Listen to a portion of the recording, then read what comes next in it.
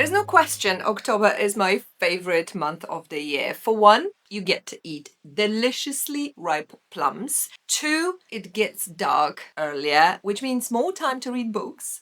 And three, the trees and the colors of the leaves turn into this most stunning piece of art.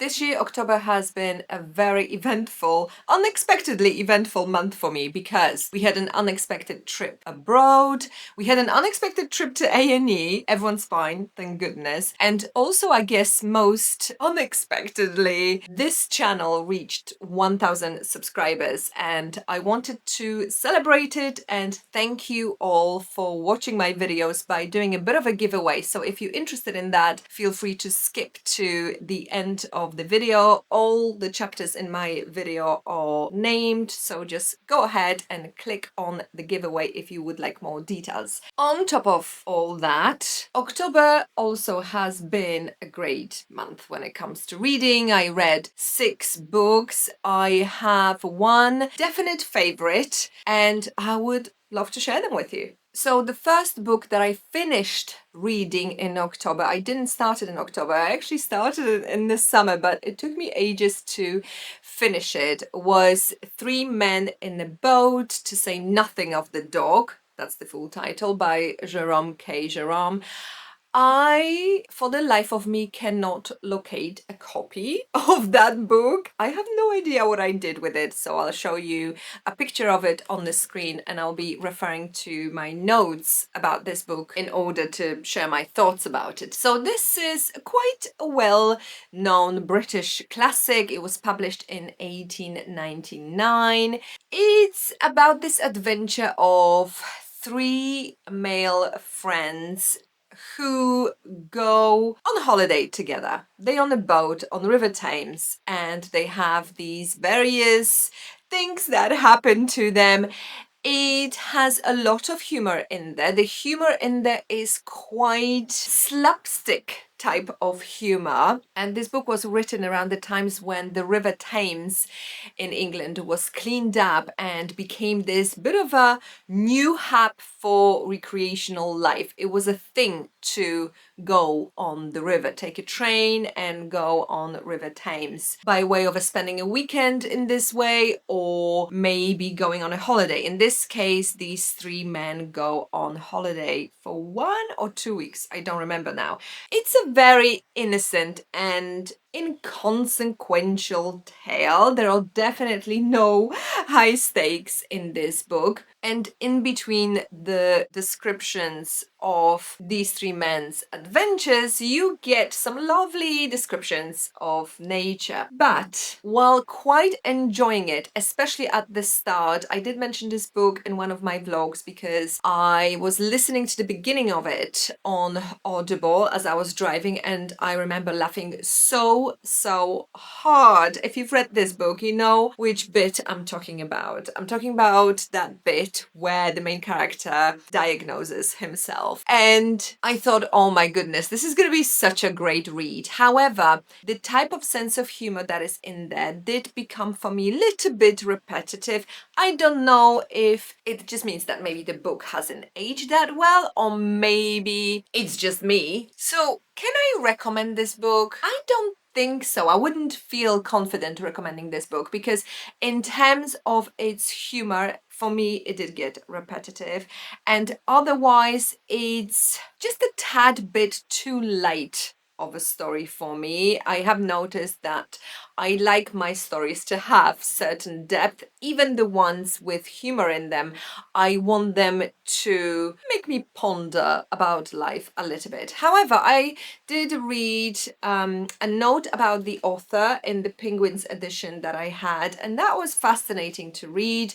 I wasn't familiar with Jerome K. Jerome. He was a newspaper editor for a living, but he was also quite quite a bit of a political activist. He was anti-slavery, he was anti-animal cruelty, and during WW1, when he was 56, so too old to join the army, he did drive ambulance during WW1. So very, very interesting figure. The next book I read in October was Stoner by John Williams. Where do I start with this one? It wasn't what I expected, because for a story about an ordinary life, this is quite a tense tale. It's very captivating, but also very intense, because you get this sense of suffocation. And I wonder whether it comes from a very grim portrayal of reality in a way that almost echoes something inside of you as a reader. The writing in here, by the way, is gorgeous. I had to mark quite a few pages. But just to give you an example, page 92. When he got out of the car and watched Gordon drive away, he felt the keen knowledge that another part of himself, of his past, was drawing slowly, almost imperceptibly away from him into the darkness. And this is what I mean. I am pretty sure almost each one of us reading this kind of passage could relate to it, because they've had a moment like that in their life. I don't want to talk about the plot too much. I mean, there isn't too much plot. We just follow a life of this university professor. And like I said, for a book about quite an ordinary life, this is actually quite a haunting story that I'm still trying to figure out a little bit. I am definitely still trying to figure out the way the main female character was written, Edith. She felt a little bit convenient for the story. She was portrayed by this deeply troubled woman, potentially with some mental health issues, without going into any motives behind her behavior. And I did go into a bit of a rabbit hole on the internet about this, and there are various theories about Edith. And I remember having the same problem with reading 1984. I really didn't like how Julia was written in a very simplistic way. But then again, in this book, Edith is not the main character. The main character is Stoner, and certainly the focus is on him. For me, this book is very much an existential exploration of human life and its meaning, and especially an individual's life. But unlike in Rónán Hession's books, of which the main subject matter is usually also an ordinary life, this book does not contain any hope, which, yes, makes it a sad read. But what I think makes it even a sadder read is that apart from no hope, there's also no pity. And maybe this is why, almost as a bit of an opposite effect, you get this beauty. So yes, despite not much plot, you read it quickly because this book touches you. And by touches you, I mean it makes you feel things. It will make you feel frustrated, it will make you feel curious, it will make you feel invested into the characters, and also it will totally captivate you. So I am not surprised this has become a bit of a sensation, especially here on YouTube, and is considered now a classic book, because this book has power. Its power lies in its hauntingly and scarily accurate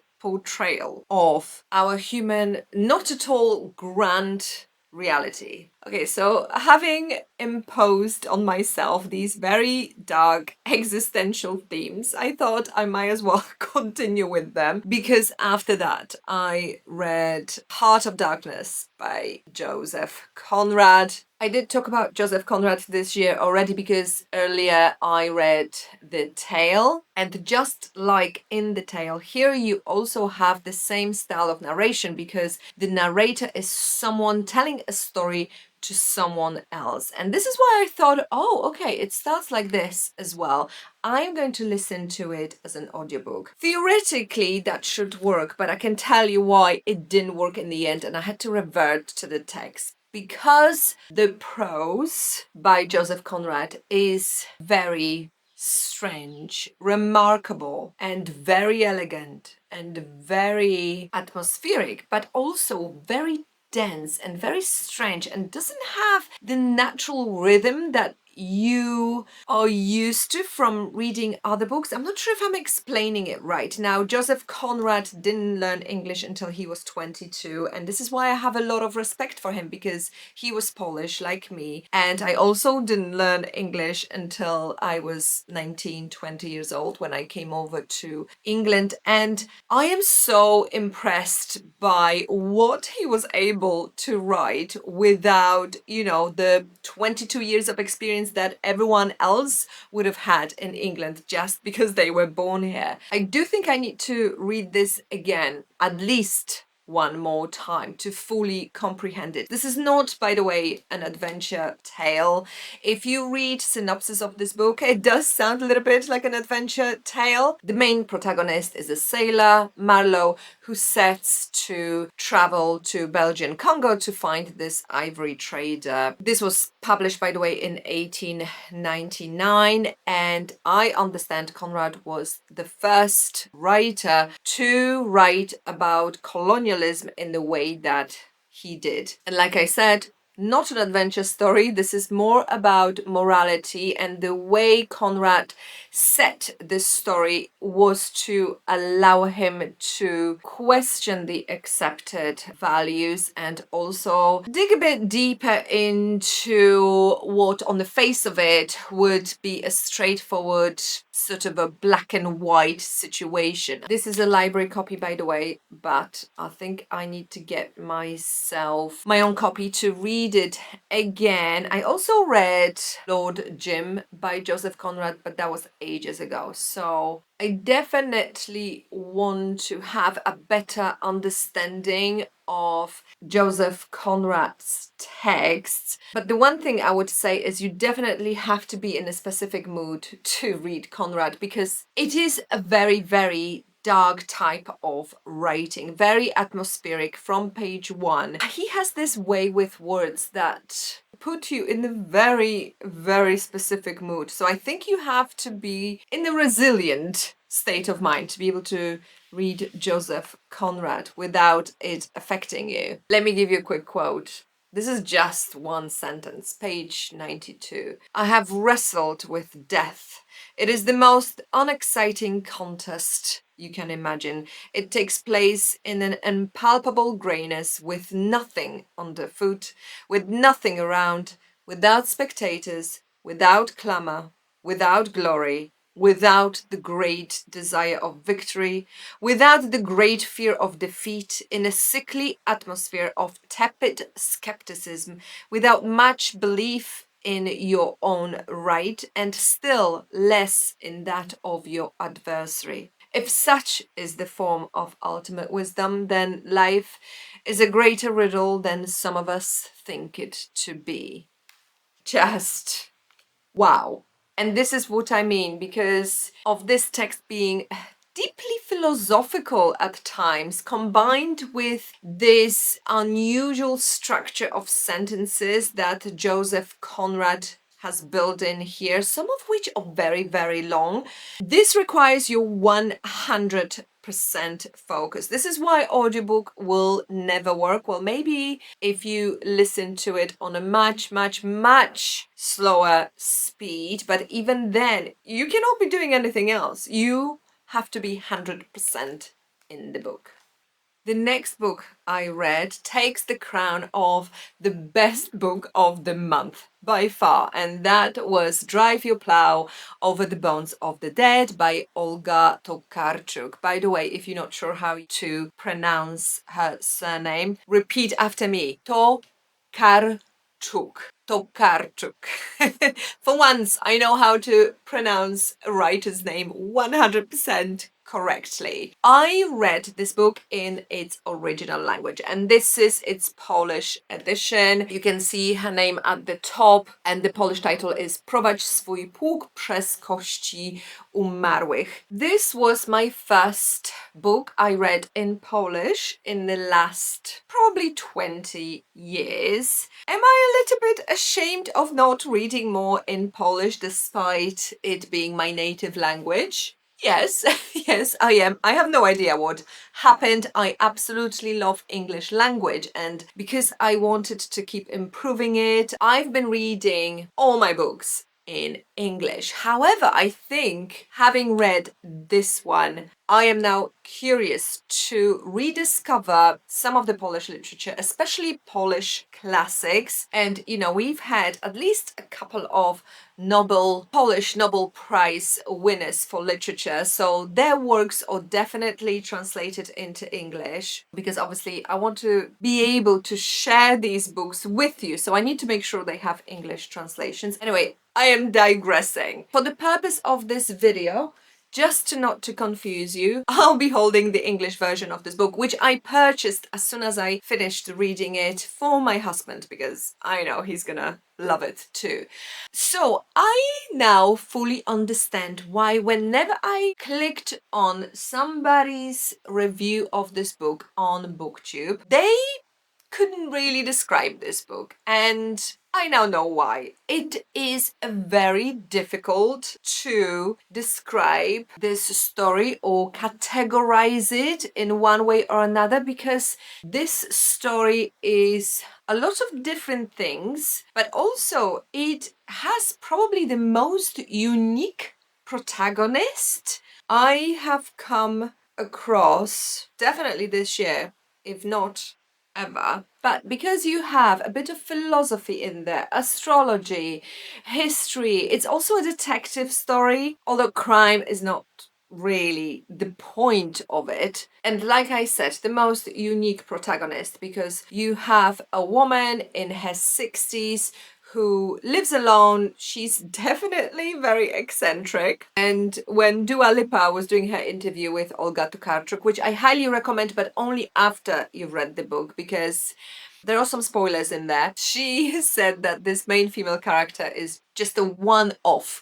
I love it. She is totally one-off. So in terms of the plot, I don't want to say too much, because I think the best thing is to go into it completely blind. But this is one of those stories where you watch this main character, who is probably the most anti-hero character you can ever imagine, becoming in the most satisfying way the hero of the story. And I did see some criticism of this book online, one of which was that, you know, the twist in the story is quite easy to guess. If you're focusing on crime in here, then I think you completely missed the point, because the crime element is just a bit of scaffolding. Tokarczuk builds her philosophy around. It's just you know, a framework for the message she's trying to convey. One thing that really surprised me about this book is how many times I laughed out loud. This book is very funny, very entertaining, very sharp. The writing in here is just so clever, and yes, it's full of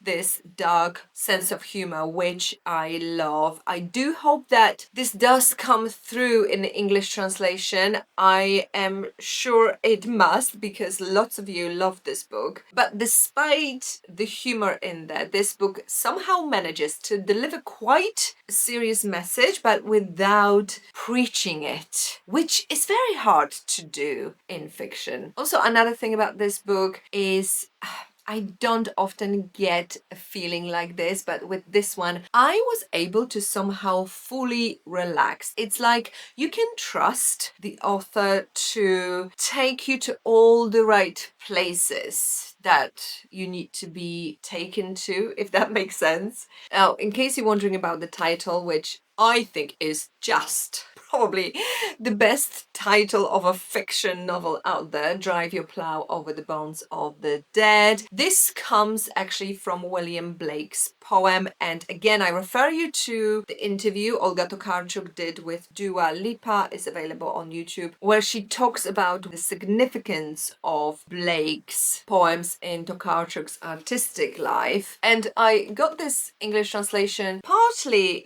because I wanted my husband to read it, but also partly because now I'm obviously fascinated about how translators go about translating certain nuances, which I would think is very, very difficult thing to do. So for example, in here on page 105, so this is the original Polish text, you have a sentence quoting a very specific Polish idiom, which is basically if you're trying to express that you don't quite believe what the other person is saying because you think they're exaggerating, what you do is you pull a lower lid and you say this expression, tu mi czołg jedzie, which direct translation would be, do you see a tank here?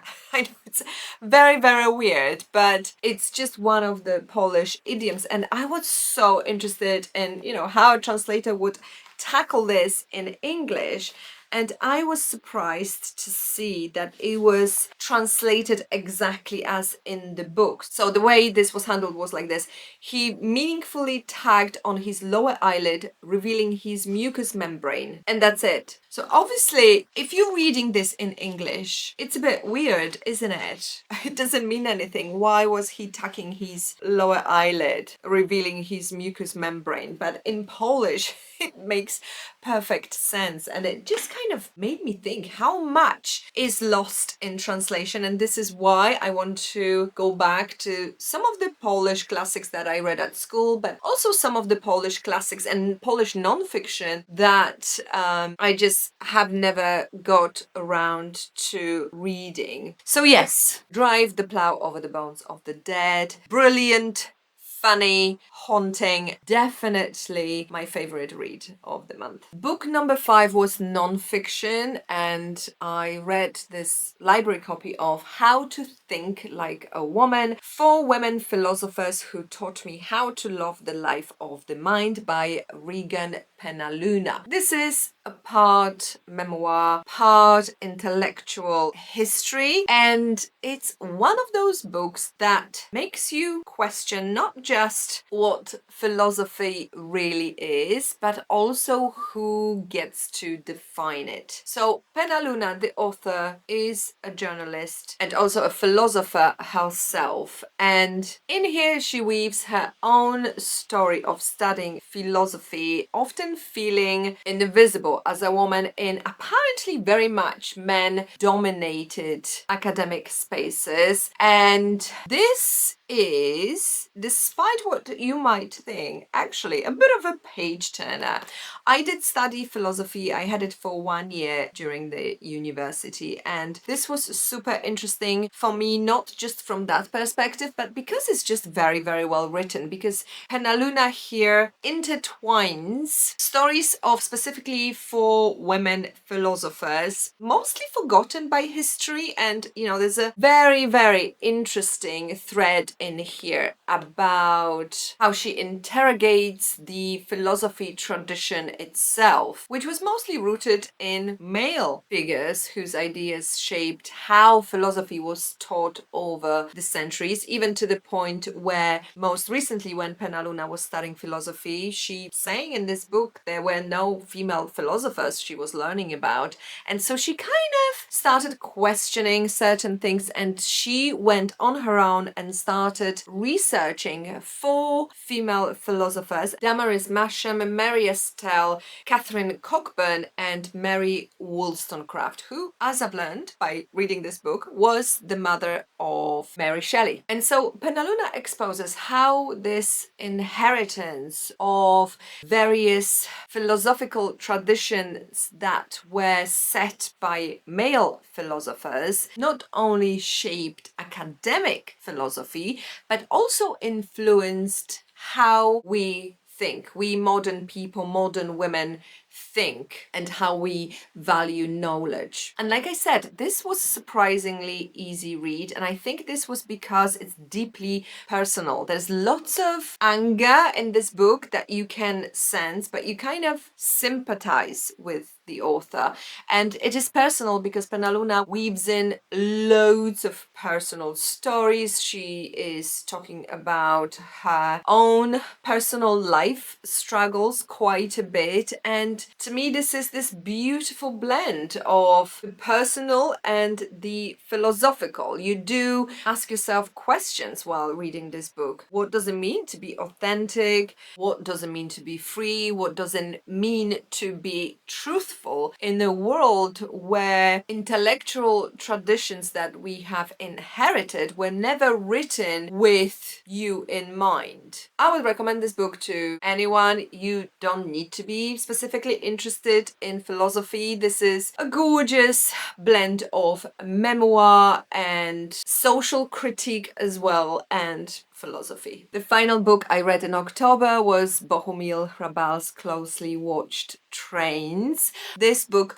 was a gift from my friend who told me, oh, you always go on about Milan Kundera, but you know, Bohumil Hrabal was also great 20th century Czech writer and you should read him. So I did, and I'm glad I did. Now, this book was published in 1966 and became an inspiration behind a movie that won an Oscar for Best Foreign Movie in 1968. I did try to find that movie because I would love to see it, but I couldn't find any platform where I can watch it. Let me know if you know where I can find it, because I don't have a DVD player, which seems to be the only form available. I really want to see the movie because this book screams to me movie adaptation. You just know when reading this book that this has a great potential for the movie to become even better than the book, because you have lots of humor in here, mostly in a form of irony, but also you have heartbreak. So this is set in Czechoslovakia in 1945, the last year of the Second World War,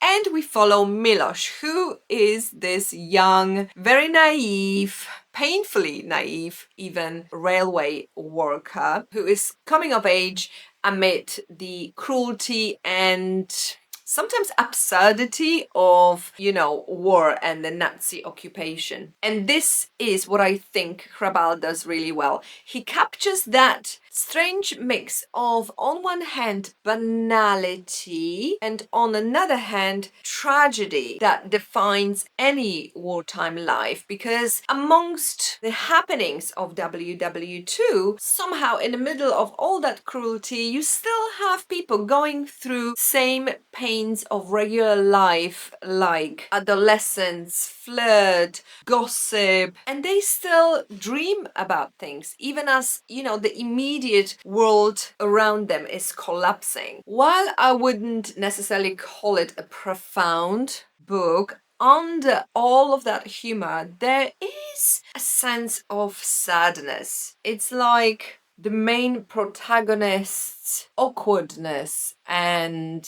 his search for some form of dignity mirrors the confusion of that time. Great little story. However, I must say I found the writing sometimes a bit not clunky but confusing, because there's a lot of jumping from one scene to another, and I don't know whether that was the translation issue, because sometimes you wouldn't have the character specified when you jumped from one paragraph to another, so you weren't sure who we're talking about here. But otherwise, Very interesting, a little bit different modern classic. Now, as is my tradition of monthly reading wrap-up, we talk about one unusual word that I found in one of the books I've read, and we investigate what they mean. And so the word of this month is inimical. I found it in Stoner. This is on page 205, and just let me give you the context by reading the sentence in which that word sits. So, they had been brought up in a tradition that told them in one way or another that the life of the mind and the life of the senses were separate and indeed inimical. And now, if I read you the definition from the Oxford Dictionary, it will make sense. So, inimical means tending to obstruct or harm. It's an adjective, and an example that is given here in the Oxford Dictionary is the policy was inimical to Britain's real interest. I'm learning something new every day. Should I say every month? Okay, now on to our giveaway. This is to celebrate 1,000 subscribers, and I'm giving away not one but 2 books. One is Mansfield Park by Jane Austen, and the other one is Crime and Punishment by Fyodor Dostoevsky in these beautiful editions, which I talk about in a lot of detail in my second episode on classic book editions. And this time, I know I've always given away my books without making you do any work for it, but this time I want to ask you a question, which, if you want any of these books, please provide your answer in the comments. What's the one book you think everyone should read at least once in their life? And I'm asking this because I am genuinely curious, and I thought we could have a bit of fun with this giveaway. Also, a bit of a caveat, one of these books I'll be posting to someone based in the UK. The other one I'm leaving it open to worldwide. That's because otherwise it will cost me an arm and leg to post these books if they both going somewhere outside the continent especially. So if you could please kindly, after you answer your question, just in brackets put down where you based, UK or a different country. You could just put local or worldwide if you don't want to give away your country's name, but that would help me a lot. And yes, there is no rush. I think I'm gonna keep this open for at least 2 weeks because I want to get lots of answers and lots of book recommendations from you. Thank you very much for watching. As always, I post my videos every Friday, and I will see you next week. Have a great weekend and a great week. Bye for now.